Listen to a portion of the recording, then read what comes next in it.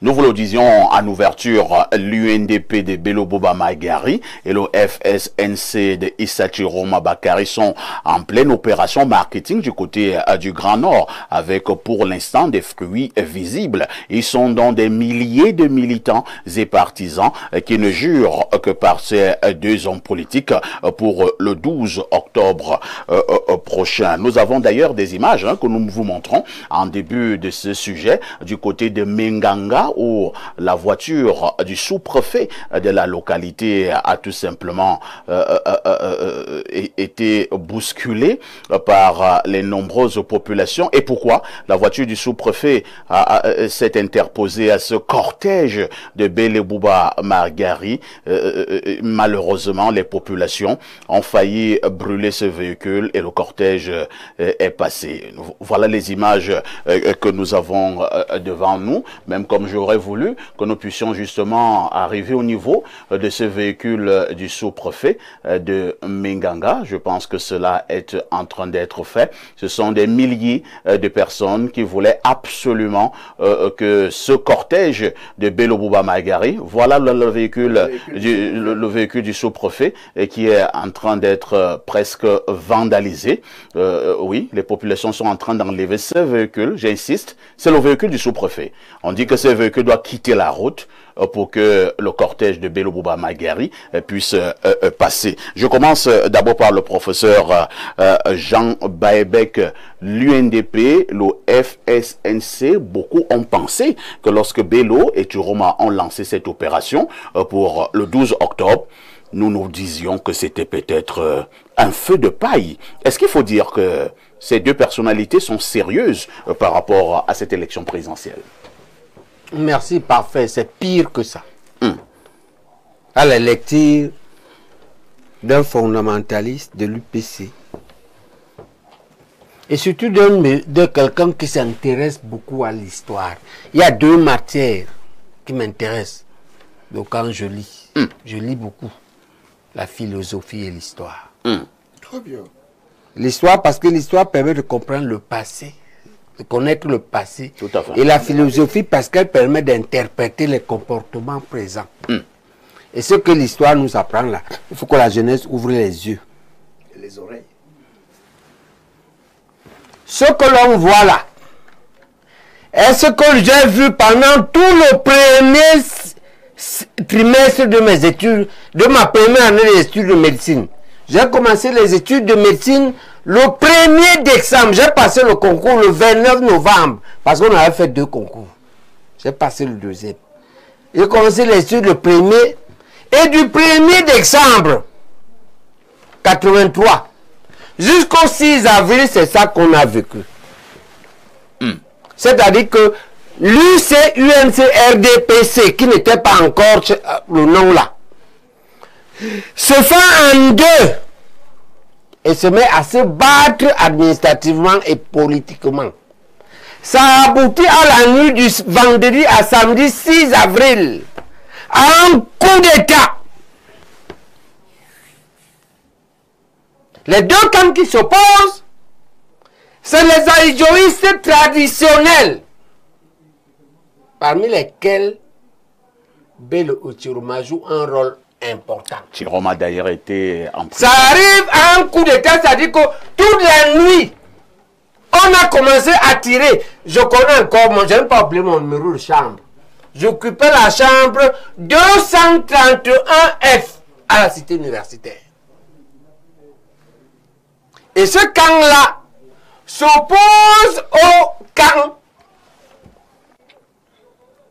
des Biaïs à qui Aïdjo a donné le pouvoir en avant le 6 novembre, un samedi soir, vendredi le 4, j'étudiais sur la route de l'aéroport. Je lisais ma leçon de géographie, j'ai retenu. La lumière s'est coupée.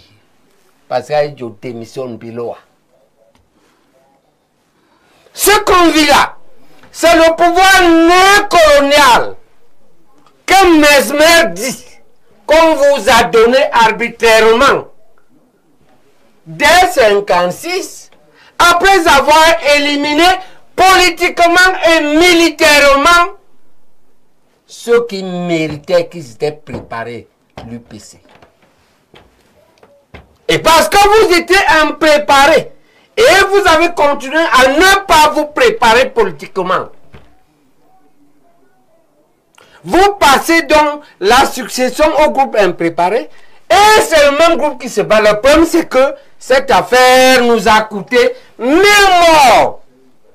Alors que Biloa, dans un coup d'État, il y a à peine 5 ou 10 personnes qui savent ce qu'on fait. Pourquoi vous tuez 1000 personnes? Et Boutou, vous tuez 1000 personnes, pourquoi? Parce que les tueurs s'appellent les Biloa, les Boutou, les Amougou, c'est vous qui avez gâté le pays. Et là, il faut faire très attention. Ah oui, au propos, comme mes neveux. Faites attention.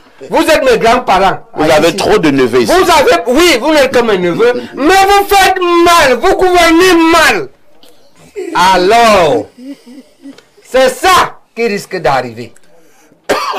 Et on va avoir pire, on va passer en guerre civile. Qui vous l'a dit ici? Ce que nous ne voulons pas, professeur. Voilà, et c'est pourquoi, quand je dis ça, c'est ça le diagnostic.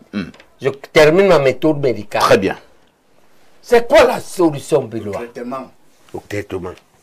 Biloa, c'est que les dignitaires des deux groupes, les gens de l'UNDP, FNC, ainsi de suite, et les ténors RDPC, le chef de file va dire ça, c'est Greg. Pour nous, l'un des moins mauvais que l'on voit, et politique, c'est Ouna. Vous vous asseyez avec Aboubakar, le vice-président du Sénat. Parce que lui remplit les deux. Il est pro-Biya, en fait, il nous montre ça. Et il est le lamido de Rey Bouba. Faites la paix entre vous pour préserver le Cameroun. Très bien. C'est compris, professeur. Je ne suis pas votre soutien. Parce que vous m'avez arbitrairement éliminé de la course. Professeur, ne mais pleure pas le ici. Cameroun est supérieur à mes ambitions. D'accord? Entendez-vous autour de Aboubakar ou les gens qui ont le profil de Aboubakar? Parce que c'est un haut fonctionnaire, c'est un type qui a fait les NAM, il a gouverné son royaume à Rey Bouba et il est pro. Entendez-vous autour de lui? Très bien. À la limite, reconstituer, Chutons, professeur. penser la paix du départ de l'autre. Mais il faut tenir compte du peuple. En réalité, on vous a proposé déjà, dans mon projet de société, il y avait le gouvernement d'union nationale de transition et de refondation pour calmer le peuple. Et on reconstruit la République. Si vous ne le faites pas, l'histoire va vous mettre sur le dos, parce que c'est la science. C'est inéluctable que c'est le même Bello du lac qui revient contre le même Biya du 6 avril 84 avec le coup d'état raté, avec 1000 morts. C'est vers là qu'on va. Et maintenant, je peux dire quelque chose au peuple.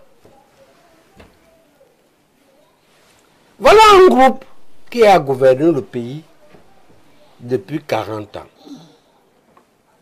Bello et Tiremon étaient absents 10 ans seulement.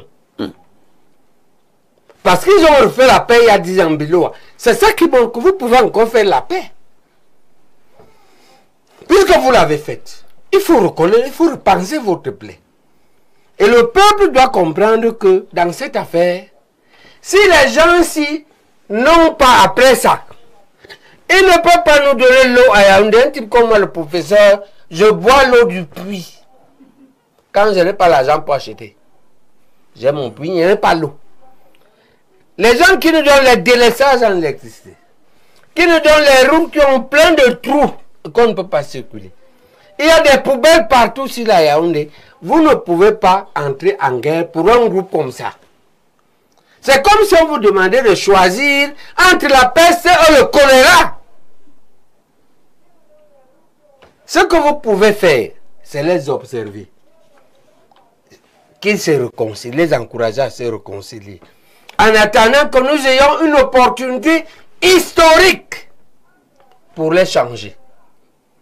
Cette opportunité aurait été les élections là, mais nous ont écartés. Mais pour ça, on ne doit pas mettre le feu dans la République. On dit seulement que les autres opportunités arrivent. Les élections seront encore... on n'a pas élu le Parlement. Et si on gagne le Parlement, ben ce n'est pas mauvais. Très bien, merci.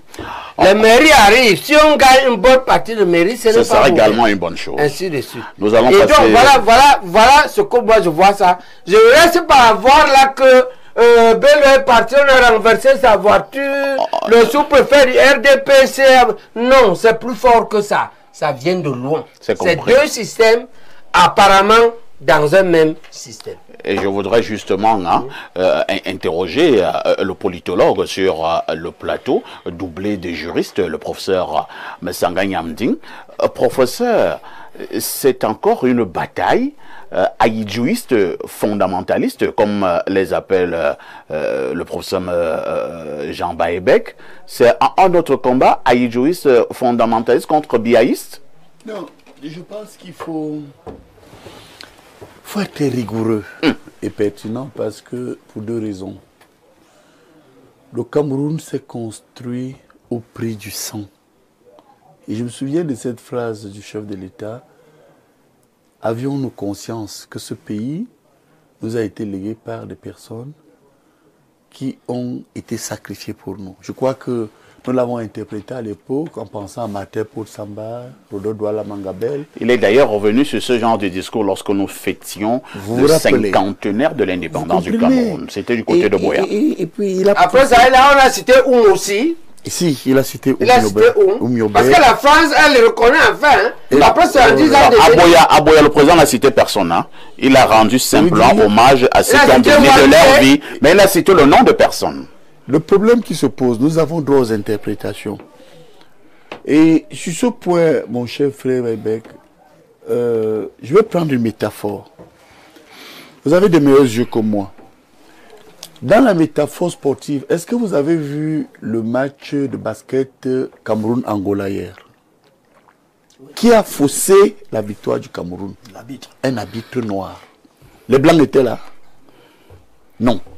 Je pense qu'à un moment donné, nous qui sommes nés après l'indépendance, moi je suis né après l'indépendance, je crois qu'à un moment donné, nous devons nous poser la question de savoir, et c'est là où je reviens sur votre question, comment est-on arrivé à une telle implosion politico-sociale? Vous avez deux réponses pour répondre à cela. La première, les Camerounais aujourd'hui, vous savez, j'ai un membre du gouvernement hier lors du deuil qui m'a interpellé. Il a dit, mais professeur, tu files. Je lui ai dit, mais qu'est-ce qu'il faut encore dire? Parce que quand vous observez, 98% des Camerounais aujourd'hui, ils se comportent comme si ce septennat qui finit, ils n'ont pas vu ce dont on a souffert. Le président Paul Biya en premier. Il a souffert de quoi? De toute forme de discorde, de maladresse, de malgouvernance. À qui la faute? Si on entre sur cela, et je ne peux pas dire quelqu'un d'autre. Ça pousse que ça ne peut pas être lui. Il en est, non. Il en est. Pour preuve aujourd'hui, on porte son nom pour revenir. Ça veut dire qu'à un moment donné, parfois ici, je voudrais être sérieux encore avec vous. Lorsque j'ai écouté M. Akéry Mouna au Conseil constitutionnel, j'ai écouté le ministre Kamto à la place de la République, qui après la Révolution est une place d'expression et de liberté. J'ai écouté tous ces groupuscules humains qui disent qu'écoutez, nous voulons être candidats à l'élection présidentielle. Vous allez voir la relation avec Bello. Je me suis dit, comment est-on arrivé là? Qu'est-ce qui s'est passé? Vous avez donc le deuxième point qui vous donne la réponse. Ce Cameroun s'est construit à la sueur de tout le monde. Vous voyez le vieux discours qui consiste à dire que... Non, vous c'est la sueur, nous c'est le sang. Oh, permettez-moi, je vous en prie, chers collègues. Non, c'est important. Vous c'est la sueur, nous c'est le sang. Bien. Allez-y, mon professeur. Parfait, je vais vous dire quelque chose. Vous avez vu qu'il y a une construction historique qui s'est opérée et j'ai toujours posé la question aux uns et aux autres. Lorsque vous voyez, vous faites le bilan de la gouvernance du Cameroun sous le président Amadou Ahidjo. On le dit dans les forats. On le dit, on écrit. Je viens de produire un livre, le seul, 700 pages, sur la gouvernance du président Paul Biya. Qui peut nous dire, avec courage, les yeux dans les yeux, qu'au regard de la gouvernance du président Ahidjo, qui peut nous dire que ce monsieur n'était pas un nationaliste? Alors vous voyez que on a atteint un stade. Aucun national s'il te plaît, ne me coupe pas. Oui, ne me coupe pas. Si, à un moment donné, Wandje était. Wandje, que je considère comme un héros, était un maquisard. À un moment donné. Nous n'allons pas revenir sur ce débat. Il était un maquisard. Un héros.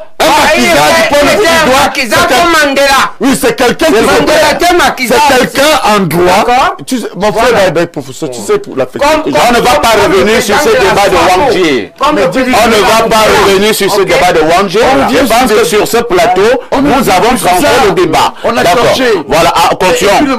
Et puis, ce que je voudrais vous dire, je repose la question. Qui peut nous dire que le président Amadou Ahidjo, au regard de la gouvernance qu'il nous a léguée, n'était pas un nationaliste? Sa politique reposait sur deux piliers. 1. Recherche de la consolidation de l'État. Et 2. Consolidation de l'État. Il a atteint cet objectif. Ramenez donc à Chiroma. J'ai entendu certains politiquement dire que UNC, RDPC, tout ce qu'on peut dire là. Mais quand même, Bello n'est pas n'importe qui au Cameroun. Chiroma n'est pas n'importe qui. Et je le dis sous le contrôle de mon frère Egmont Biloua. Apprenons à respecter ceux qui, à un moment donné, ont servi ce pays. Quel est ce pays? Si vous voulez comprendre ce qui se passe aujourd'hui, parfois ici, sur ce deuxième point, où la dynamique observée, parce que moi j'observe, je fais ce qu'on appelle en anthropologie du politique l'observation participante. Dès qu'on pointe un gars, oh il est rien, il avait volé, il a la transparency, Akere a fait ceci, Akere a fait cela, Bello a fait ceci, Chiroma, on a atteint une bassesse qui est telle qu'aujourd'hui. Une politique qui consiste à noircir tout le monde. À noircir tout le monde, à humilier. C'est-à-dire, si vous voyez l'escarcelle des plateaux, c'est pourquoi je me sens bien dans des plateaux comme chez vous ou ailleurs, parce que on invite des mercenaires. Et sorti de là, ces gens qui viennent et disent, Paul Biya est là, Paul Biya a fait ci, Paul Biya a cela. C'est eux qui vous disent qu'ils ont faim une fois qu'on sort de leur plateau. Parce qu'ils sont dans la merde. Ils n'ont rien. Et nous, biaïstes, je l'ai dit avec Charles Atiba Yéné, et après les 30 ans, nous avons dit que le biaïsme, même là, c'est quoi? Le biaïsme, c'est l'aile progressiste des ahidjoïstes. Que ça plaise aux uns aux autres, aux intellectuels ou pas, qui se construit sur la base des mythes. Moi, j'assume cela. J'assume que je suis un produit à l'époque de nos parents où c'est le président Ahidjo qui nous a légué les grandes structures d'État et le président Paul Biya, dans sa continuité, je le dis dans mon ouvrage, a modernisé. Non. Les a transformés en nous apportant par exemple la démocratie et les... Il a levé la structure économique qui nous a donné la démocratie. C'est ce que vous dites. Bon, et là je vous rejoins. Voilà. Donc vous comprenez donc que mon diagnostic est amer. Parce que lorsque nous, à un moment donné, nous ne soutenons pas Paul Biya avec ce qu'on appelle le Olandjaman. Vous savez ce qu'on appelle Olandjaman? Ce sont les longs couteaux du nord là, qui piquent. Que lorsqu'on vous fout ça dans le ventre, vous êtes évacué. Ils ont de longs couteaux. Hein. Des longs couteaux. Voilà, ils peuvent même être du sud. Alors les gens ont foutu. Les gens ont foutu ce pays. Reviens sur la question. Ont foutu. Non, je dis ce que je veux. Oui, je suis d'accord avec le professeur Baïbega. Revenons sur la question que je vous ai posée dès le départ. C'est bien, non? Non, attendez. Nous n'avons pas le temps pour ça, mais Sanga. Je vous ai posé une question très simple. Et je disais, s'il vous plaît. S'il vous plaît, professeur Baïbega. Et j'étais très clair et j'avais besoin de l'interprétation, l'analyse du politologue. Très bien. Est-ce que nous revenons dans une bataille au sommet ahidjoïste fondamentaliste contre biaïste? C'est ça. Non. Nous revenons dans une bataille où les enjeux de reconstruction et de consolidation de l'État au Cameroun aujourd'hui sont plus que jamais objectifs, nécessaires. Je vous assure, parfait ici, si vous recevez un monsieur dans ce plateau qui vient vous dire que tous les problèmes que nous posons aujourd'hui ne relèvent pas d'un bilan de 7 ans difficile, où il y a eu la gouvernance par embuscade, où le clientélisme l'a emporté à un moment donné sur les enjeux, l'intérêt général, dites que cette personne a tout faux. Très bien. Et les gens que vous voyez pour la plupart, contrairement à nous, et regardez, parfait, vous m'avez posé la question, vous vous souvenez, m'avez posé une question il y a 3 mois. Professeur, vous êtes où? On m'a exclu. Je n'entre pas dans cette exclusion injuste. Je l'accepte. Même si je vous dis ça sur votre plateau, le directeur de cabinet du chef de l'État, dans une audience et dans une lettre que j'ai reçue du président, dit que le président ne m'a jamais exclu. J'ai accepté ça pour mon honneur. Ça veut dire quoi? Ça veut dire qu'aujourd'hui, le Cameroun va mal parce qu'à un moment donné, il y a une démobilisation dans la gouvernance. Comme le dit Bléré tous les jours. Alors, professeur, vous êtes toujours dans le regret. Ouais, Vous êtes toujours dans... S'il vous plaît. Oh là là, Êtes-vous toujours dans le regret de savoir que l'on vous a exclu du RDPC? Vous aimez toujours le RDPC? Vous voulez que je vous dise la vérité? Oui. J'ai eu très mal. Oh là là. Mais je l'ai accepté. Ne pleure pas ici, hein. Non, je ne vais pas pleurer. J'ai eu très mal. J'ai eu très mal, mais je l'ai accepté. Vous savez pourquoi je l'ai accepté? Non? Parce que, je l'ai dit avant, je suis d'abord biaïste. Et avant, le biaïsme, c'est la naissance du renouveau. Et je me suis réfugié sur les piliers que le RDPC doit défendre, mais que défend très mal. Très bien, c'est compris. Et je continue On va à vous dire passer- que oui, je suis on tout. peut tout enlever. Et je le dis et je le répète, mais personne n'enlèvera les valeurs de Vous, Paul comme Biya. vous avez pour le- C'est compris. Les valeurs de Paul Biya de mon cœur. Merci, merci bien. Docteur David Eboutou, Paul Biya a-t-il finalement perdu le Grand Nord au regard de ce qui se passe depuis quelques semaines? Permettez que je rassure d'abord mon aîné, que j'aime beaucoup, le professeur Jean Baïbek, qui a semblé dire que ce sont les Eboutou, les Oona, Biloa qui ont Tu te dissocies. gâté ces pays.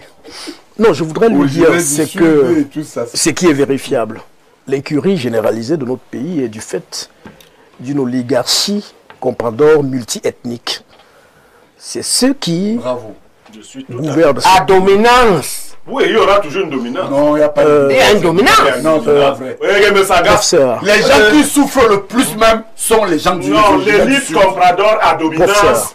Il y a une dominance. non, professeur, moi je viens du Sud, de la région d'origine du président de la Il République. y a quand même là-bas, nous là-bas. Le professeur Ouais. Messanga, le professeur Biloa et les autres savent, par exemple, les frustrations que j'endure causées par des aînés sociaux qui viennent de ma région.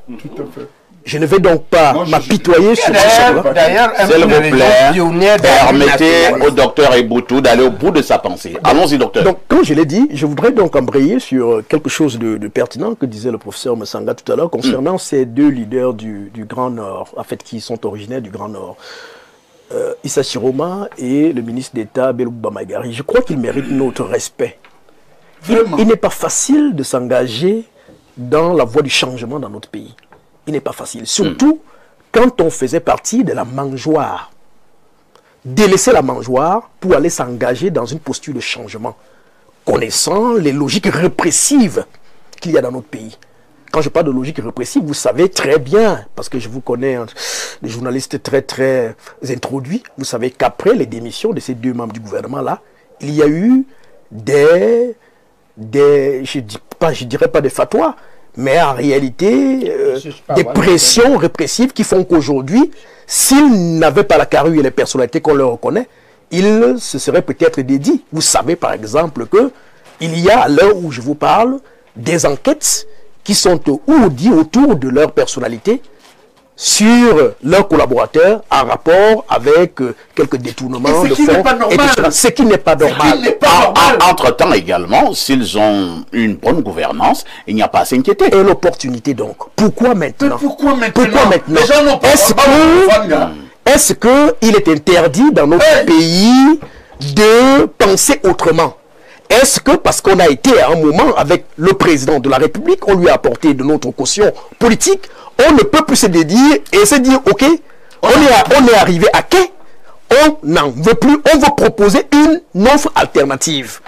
Donc cette logique répressive fait que les Camerounais doivent davantage regarder avec attention ce que ces leaders proposent. Donc, et pour répondre directement à votre question, Paul Biya est-il en train de perdre le Grand Nord? je crois que le simple fait que ces leaders aient décidé de se jeter dans la bataille montre très bien que le Grand Nord ne peut plus être un acquis du renouveau.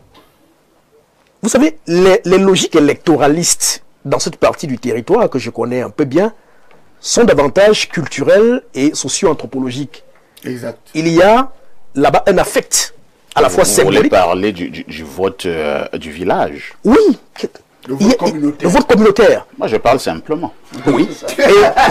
Et cela fait que vous pouvez le ressentir à partir des images que vous venez de diffuser. Où des gens là-bas n'ont connu que Bello Bouba en tant que leader symbolique qui influence justement leur devenir à partir des discours qu'ils tiennent de ce côté-là. Et donc, vous n'allez pas leur dire du jour au lendemain que ce Bello Bouba ou ce Issa Chiroma Bakari est devenu la bête à abattre du jour au lendemain.